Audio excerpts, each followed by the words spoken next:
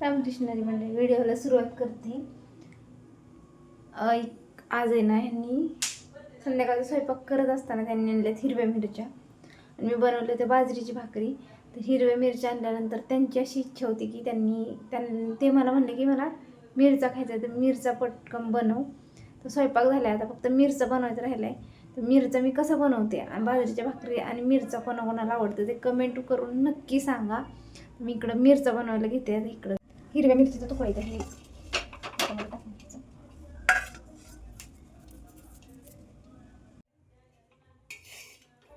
हिरव्या मिरचीचं तुकडं जे मिरच्या आहेत त्या अर्ध्या अर्ध्या तोडून घेतल्यात, कारण अख्ख्या अख्ख्या टाकल्या तर त्या भाजताना तेल टाकल्यानंतर फाटतात, म्हणून अर्ध्या अर्ध्या तुकडे केलेत मिरच्याचं.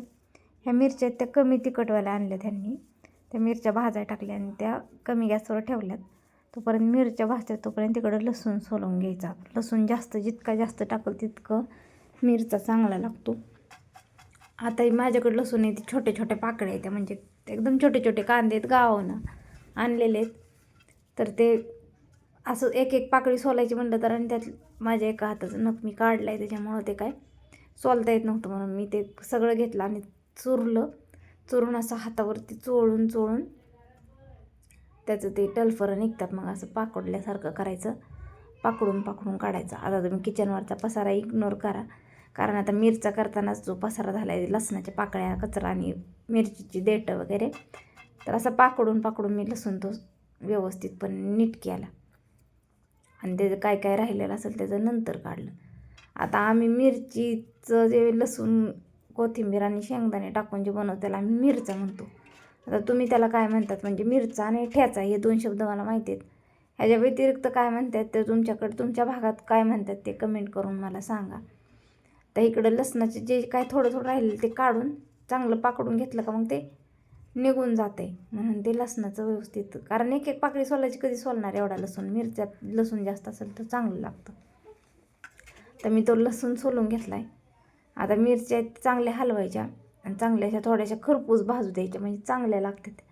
जर असं भाजल्या असं कच्च्या ठेवल्या तर मिरचा चांगला लागत नाही, म्हणून ते चांगलं भाजून काळ्या होईपर्यंत त्या चांगल्या भाजायच्या. लगेच अगोदर तेल टाकायचं नाही.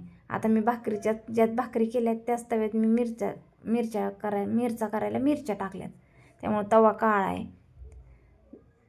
त्याच्यामध्ये थोडं भाजल्यानंतर मग त्याच्यामध्ये तेल टाकायचं, एक पळीभर तेल टाकायचं, जास्त बी तेल नाही टाकायचं, मिरच्याला काही इतकं तेल नाही लागत. तर ते चांगलं काळ्या मिरच्या होईपर्यंत चांगलं भाजायचं. मिरच्या बाजूला सारून लसूण पण थोडासा असं ब्राउनी होईपर्यंत चांगला भाजायचा. ते असं कच्चा ठेवलं तर तसंच कच्चा लागतो आणि ते बारीक पण होत नाही. तो लसूण थोडासा ब्राऊन होईपर्यंत भाजायचा, चांगला हलवायचं, व्यवस्थित ते मिक्स करून घ्यायचं. आणि त्याच्यामध्ये एक मूठभर शेंगदाणे घेऊन, मूठभर शेंगदाणे एवढ्या मिरच्याला, म्हणजे मी माझ्या मिरच्या जेवढ्या आहेत त्याच्या मापाने मी मूठभर शेंगदाणे टाकलेत. म्हणजे मिरची जरी तिखट असेल तर शेंगदाण्यामुळे त्याचा तिखटपणा मुरतो, म्हणून मी त्याच्यामध्ये चांगलं हलवून घेतलं आणि त्याच्यामध्ये मूठभर शेंगदाणा टाकलं. आणि शेंगदाणं थोडंसं कमी गॅसवर मी अगोदर भाजलं होतं, म्हणजे आपण भाजीला वगैरे टाकायला भाजून ठेवतो, तर मी तसं भाजून ठेवलं होतं. मिरच्या नीट करेपर्यंत ह्याच तव्यात मी शेंगदाणं भाजून घेतलं होतं. त्याच्यामध्ये मग कोथिंबीर टाकायची. शेंगदाणं भाजल्यामुळं काय शेंगदाणं जास्त वेळ भाजायची काय गरज नव्हती. थोडं शेंगदाणं भाजून घ्यायचं, त्यामध्ये मिक्स करून लगेच कोथिंबीर टाकून घेतली आणि चांगलं हलवून घेतलं व्यवस्थित. आता इकडं त्यांना मी विचारत होते की कसं करू ते बारीक, तांब्याने करू का मिक्सरमध्ये डायरेक्ट बारीक करू. ते म्हणते तांब्याने कर, चांगलं होते. मग तवा खाली उतरवलं, थोडं मीठ टाकलं आणि रेंदायला चालू केलं. असं आमच्या इकडं गावाला तर आमच्या आत्या असंच करते, तर मी पण त्यांच्यामुळं अशीच करते. जर कधी गडबड असेल तरच मिक्सरमध्ये फिरवायचं, नाहीतर नाही. मग हे असं 2-3 मिनटं थांबून परत अजून हाताने तवा पकडीनं काय पकडायचं नाही.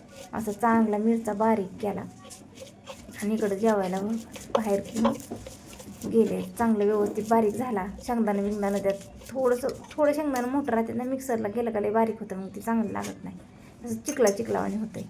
तर मिरचा व्यवस्थित छान बारीक केला, तांब्याने रिंधून केला, घेतला बाहेर जेवायला. इकडं बघा आता मिरचा, भाकरी, लिंबू, मिरच्यावर लिंबू पिळल्यावर लई छान लागते. कांदा तोंडी लावाय असला का भारीच. मग इकडं बघा आता छान मिरचा घेतला आणि छान जेवण झालं. व्हिडिओ आवडला असेल तर चॅनलला सबस्क्राईब करायला विसरू नका. Thank you so much.